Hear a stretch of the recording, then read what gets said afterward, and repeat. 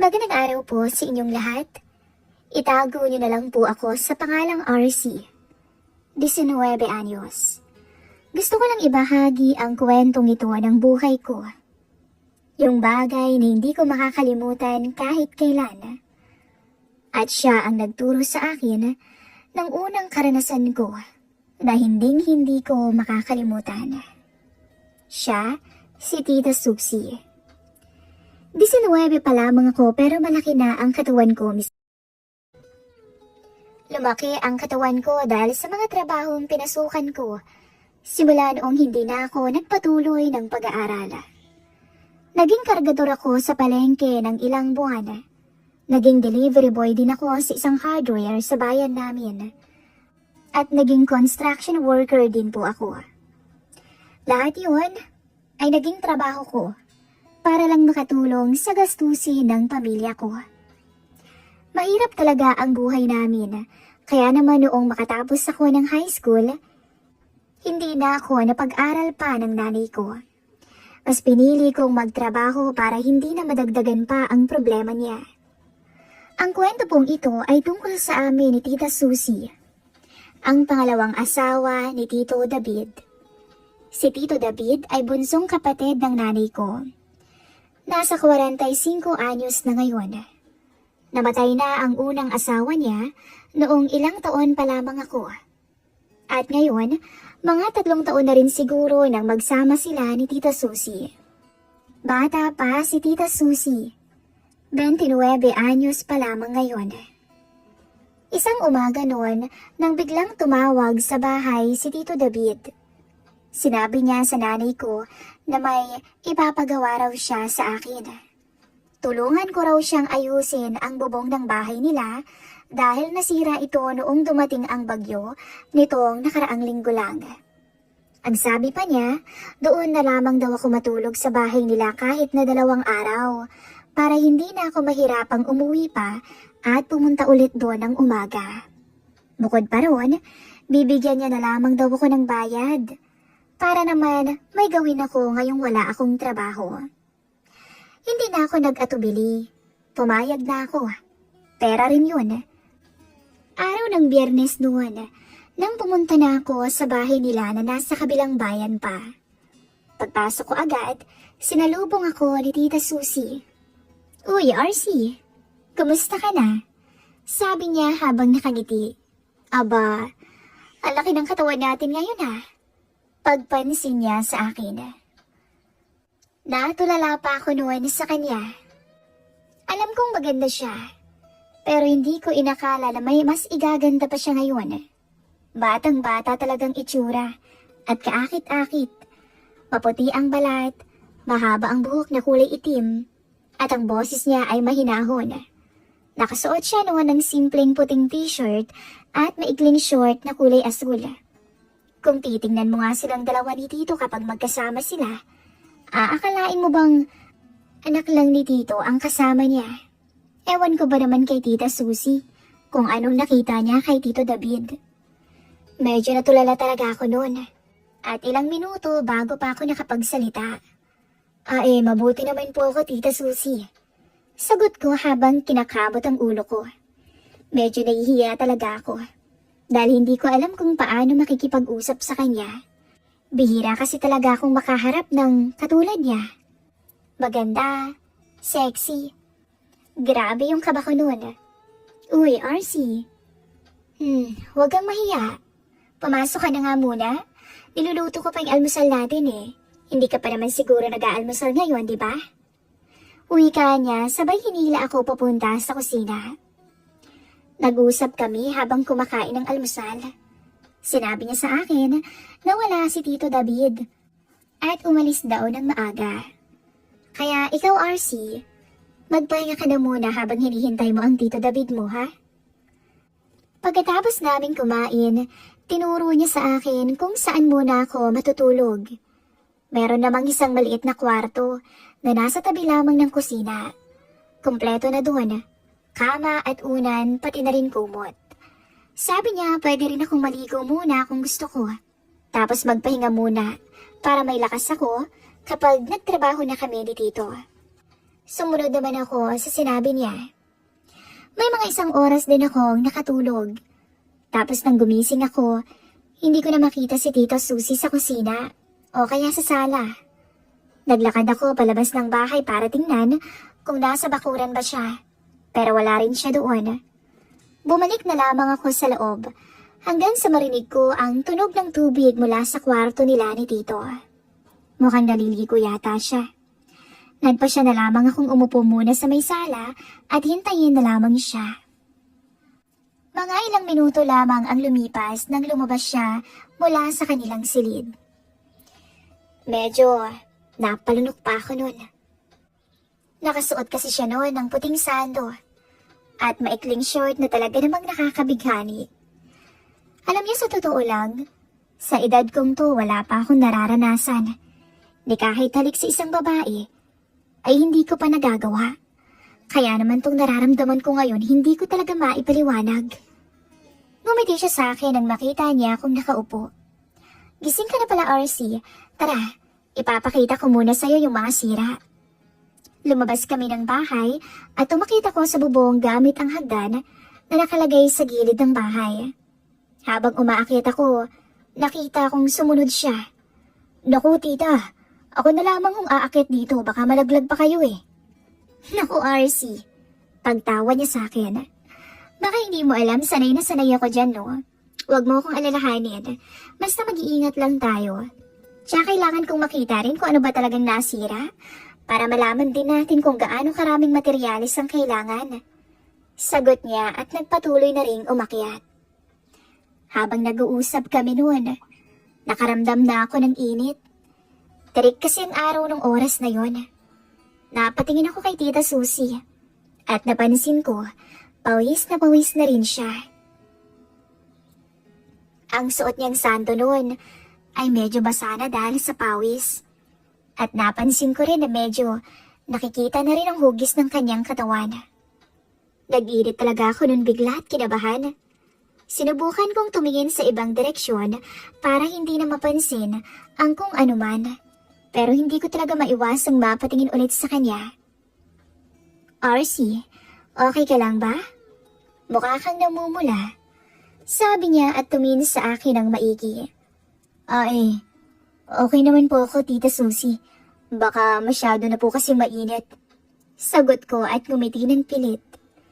Hindi ko alam kung paano ipapaliwanag sa kanya kung bakit ako namumula nung time na yon. Baka isipin niya kasi na bastos ako. Tama ka, napakainit na nga. Tara na, baba na tayo para naman makainom tayo ng tubig. Sumunod ako sa kanya, pero habang bumababa ako, bigla akong natapilok sa huling baitang ng hagdan. Bumagsak tuloy ako sa lupa at naramdaman kong medyo sumakit ang likod ko. RC, nasaktan ka ba? Sigaw ni Tita Susie noon na agad na tumakbo papunta sa akin. Inalalayan niya akong tumayo at hinawakan niya ang likod ko para tingnan kung ayos lang ba ako. Sa pagkakalapit namin noon, para akong lalong nawalan ng lakas. Sobrang bango niya kahit pawisan siya. Tita Susie, okay lang ho ako. Nagganda utal-utal ko nang sabi. Hindi naman ho masakit ang likod ko. Sagot ko ngunit hindi ako makatingin sa kanya ng diretsyo. O siya, sige. Bukas ka nalang mag-umpisa. Total mamayang gabi pa naman ang uwi ng tito mo, okay? Sige ho, tita. Maraming salamat ho. Bandang 8:00 nang marinig ko ang tunog ng gate. Nakaupo ako sa maliit na kwarto ko habang nagsiselfone ako. Alam kong si Tito David na yon. Sabi kasi ni Susie, uuwi raw siya ng gabi galing ng trabaho. Lumuwas ako saglit sa kwarto. Nakita ko si Tito David. Halatang pagod. Bit-bit ang maliit na bag. Nakasunod si Tita Susie sa likod niya. Nung makita niya ako, agad niya akong binati. RC, salamat ha. Bukas na bukas din sisimula natin agad para makauwi ka din sa inyo. Sabi ni Tito habang tinatapik-tapik ang balikat ko. Opo, Tito. Sagot ko. Tahimik na noon ang gabi. Kumain kami ng simpleng hapunan at halatang halata kay Tito na pagod to. Hindi nagtagal, nagpaalam to sa akin na papasok na siya sa kwarto nila. Naiwan naman ako sa sala at si Tita Susie na ang nagligpit sa kusina. Bandang 1:00 ng madaling araw noon. Nung makarinig ako ng ingay na hindi ko inaasahan. Oo, wala pa akong karanasan, pero alam ko naman kung anong nangyayari. Sinubukan kong hindi makinig noon, pero grabe, rinig na rinig ko talaga. Hanggang sa nakatulugan ko lang din ang ingay na iyon. Kinabukasan, maaga kaming gumising. Paglabas ko ng kwarto, nakahanda na ang almusal. Nandoon na rin si Tito David at may hawak na isang baso ng kape. Ano, simulan na natin habang hindi pa mainit, RC. Sabi niya. Maghapon naming inayos ang bubong. Ako nang umakyat. Si Tito naman ang nag-aabot ng mga gamit. Si Tita Susie naman ay nasa ibaba lang. Inaabot ang tubig kapag nanghihingi si Tito o kaya naman ako. Paminsan-minsan, tinitingnan niya rin kung maayos ba ang lahat. Hindi ko alam kung dahil sa init o dahil ba sa presensya niya, kaya ako nakakaramdam ng kakaiba. Magulo ang isip ko buong araw. Tuwing tatawag siya ng, RC, inom ka muna ng tubig. Para bang may kakaibang kaba sa dibdib ko. Tapos naaalala ko yung kagabi. Nang matapos kami, hapon na rin noon. Tuwang-tuwa si Tito dahil napakabilis daw. Ayos. Salamat talaga, pamangkin. Maya-maya tagay tayo kahit kaunti lang. Sabi pa niya. Ayoko na sanang uminom dahil bala ko na sanang umuwi, pero mapilit siya. Doon na lamang daw ako matulog at bukas na lamang daw ako bumalik ng bahay. Hindi na ako tumanggi noon. Pagkatapos naming kumain ng hapunan, naglabas si Tito ng ilang bote ng alak. Hanggang sa napasarap ang kwentuhan, kaya't hindi namin namalayan na nakakarami na rin pala kami. Hanggang sa maya-maya, nagpaalam na siya na mauuna ng matulog. Napagod daw kasi talaga siya. Hindi na raw kasi siya tulad ng dati na malakas pa. Ngayon ay mabilis na talaga siya ang mapagod. Ano, RC, una na muna ako sa kwarto. Sabi niya kalaunan. Pagod din ako sa maghapon. Ikaw rin magpahinga ka na. Pag alis niya, biglang tumahimik ang paligid. Ako naman medyo bahagyang hilo na rin. Bumalik na rin ako sa kwarto ko at humiga. Akala ko talaga makakatulog na ako noon. Pero bandang mga 11:00 ng gabi, biglang may kumatok. Bumangon ako kaagad. Akala ko kasi kung sino yun. At pagbukas ko ng pinto, si Tita Susie ang bumungad. Nakatayo siya doon, naka-night dress, pantulog na manipis at nakatitig sa akin. Tita, may kailangan ho kayo? Tanong ko. Saglit kong nag-isip, tapos ngumiti ng bahagya. Wala naman. Ano, pwede ba akong pumasok sandali? Magkwentuhan muna tayong dalawa. Medyo boring Opo naman ho. Sagot ko agad, kahit ramdam ko noon ang bilis ng tibok ng puso ko. Pumasok na siya. Tahimik kaming pareho pagkatapos. Pero mga after 5 minutes, bigla siyang nagsalita. Siya nga pala, RC. May girlfriend ka na ba? Wala pa nga ho Sagot ko.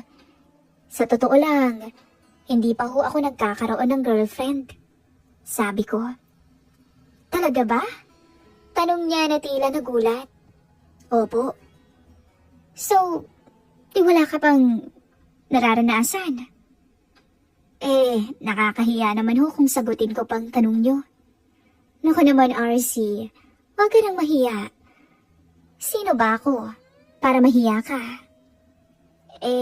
Wala pa nga ho Sagot ko na medyo nakayuko na. Wala pa nga rin ho kung nahalikan na babae Tahimik siya sandali. Ramdam ko ang bigat ng hangin noon. Medyo awkward kasi. Kung ganoon, mahina niyang sabi. Gusto mo bang matuto? Napatingin ako sa kanya. Po? Ngumiti siya pero may halong lungkot. Wala, biro lang. Ikaw naman seryoso ka talaga. Gusto ko ho. Hmm? Sabi niya. Gusto ko ho. Sa totoo lang, nahihiya akong manligaw kasi wala akong alam eh. Sabi ko. RC, kaya sana hindi ko kayo nagbibiro. Pero alam mo, ang tito mo mahina na rin eh. Anya sabay tingin sa akin. Pero ayaw ko namang maghanap ng iba dahil mahal ko talaga siya. Pero kasi babae pa rin ako. Naiintindihan mo naman siguro ako, RC, no? Kung ganun, pwede naman ho tayo siguro kahit isang beses lang. Nung magkatingginan kami, doon na nangyari ang lahat. Ang hinding-hindi ko makakalimutan. Halos nakakabaliw pala yun. Lalo na't unang beses mong mararanasan. Para kang nasa ulap at nakalutang. At pagkatapos nun, lumabas na siya ng kwarto. Ako naman ay naiwan nakaupo sa kama, tulala at hindi makapaniwala. Gising na gising ang isip at pagod na pagod ang katawan. Kinabukasan, maaga akong gumising noon.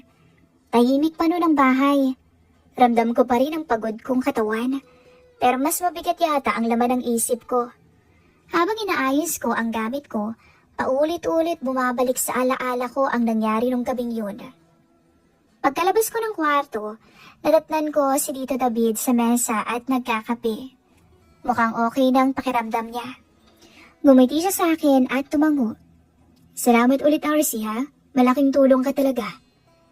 Opo, Tito. Walang anuman po yun. Sagot ko. Nasa kusina noon si Susie. Naglalagay siya ng ulam sa mesa. At nang magtama ang mga mata namin, ngumiti lamang siya sa akin. Tita, hindi na ho ako makakapag-almusal. Aalis na ho ako. Sabi ko. Ganun ba? O sige, mag-iingat ka ha? Magdala ka na lamang ng ulam para may pagkain kapag dating mo. Sagot niya. Salamat ulit ha? Ngiti niyang sabi. Alis na ho ako, Tito. Sige, RC, mag-iingat ka. Sabihan na lamang kita ulit kapag kailangan ko ng tulong mo, ha? Eto nga palang pambili mo. Nabanggit kasi ng tita mo kanina lang na hindi ka pa nagkaka-girlfriend. Anya sabay tapik sa balikat ko. Bumili ka ng mga bago mong mga gamit para pag naglikaw ka, ayos na ayos ang forma mo, okay? Namula ako noon. Sige ho, Tito. Salamat ho talaga.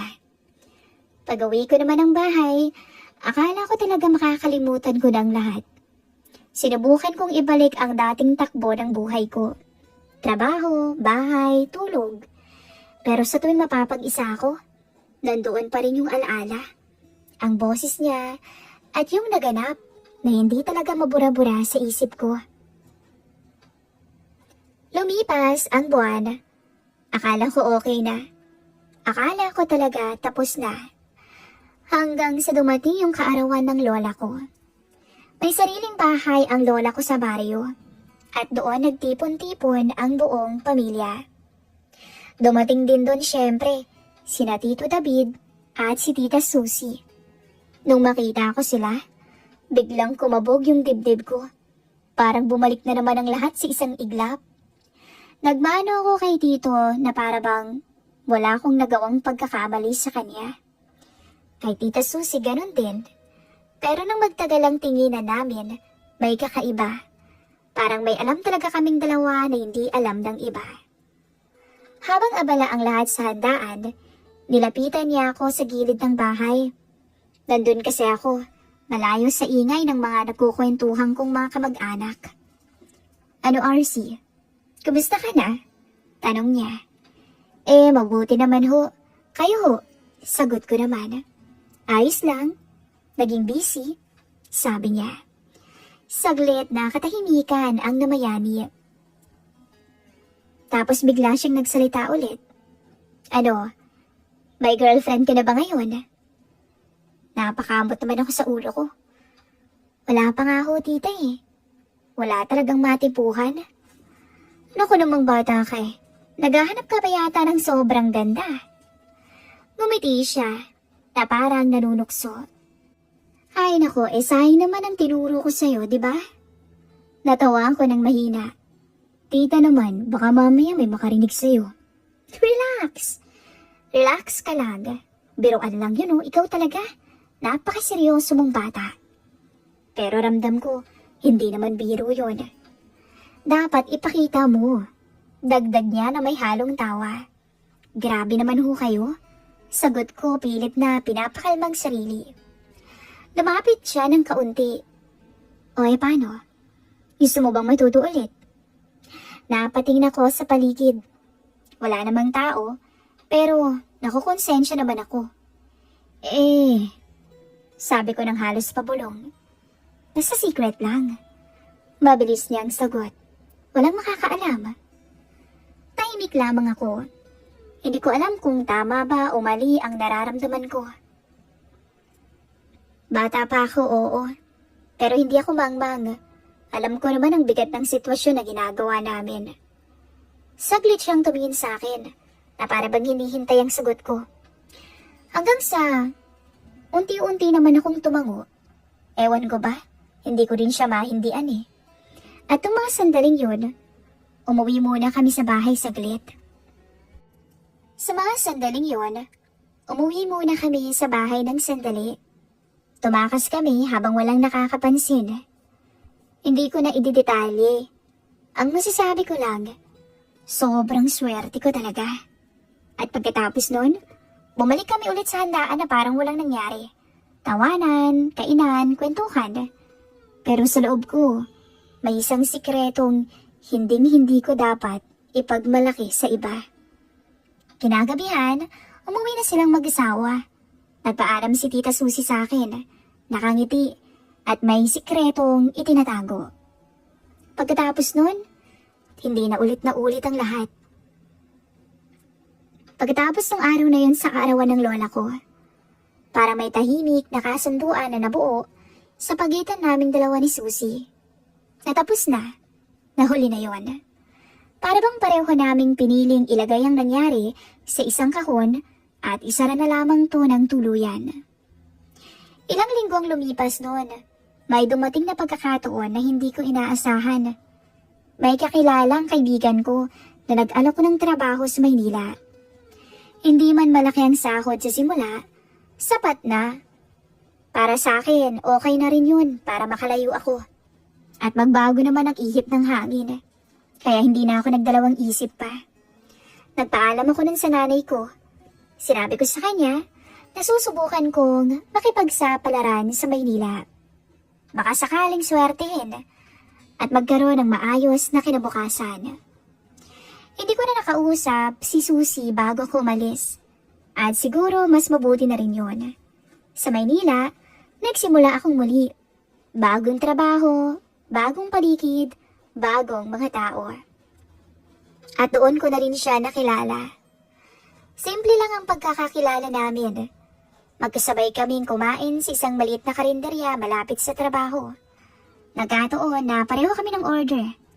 Nagkatitigan o nagkatitigan, nagkangitian, hanggang sa nagkakwentuhan na kaming dalawa at nagkalapit. Sa kanya ko naramdaman yung kilig. Hanggang sa niligawan ko siya at naging kami. Sa bawat araw na lumilipas, mas naiintindihan ko ang tunay na pag-ibig. Kung anong ibig sabihin ng salitang pagmamahal. Minsan kapag naiisip ko, bumabalik sa alaala ko ang natutunan ko kay Tita Susie. Hindi ko inakala talaga na malaki ang naging papel niya sa akin. Nung may nangyari sa amin ng girlfriend ko, hindi ako nangangapa. At talaga namang napasayaw siya ng gusto, ng sobra-sobra. At salamat sa tulong ni Susie. Ito po ang kwento ko. Ako si RC. At ito ang kwento ng isang kabataan na hindi dapat pamarisan. Hindi ko po ito ipinagmamalaki. Pero isa to sa mga bagay na hindi ko makakalimutan kailanman. Hanggang dito na lamang po ang maiksing kwento ng aking buhay. Maraming salamat sa pag-share ng kwento kong ito.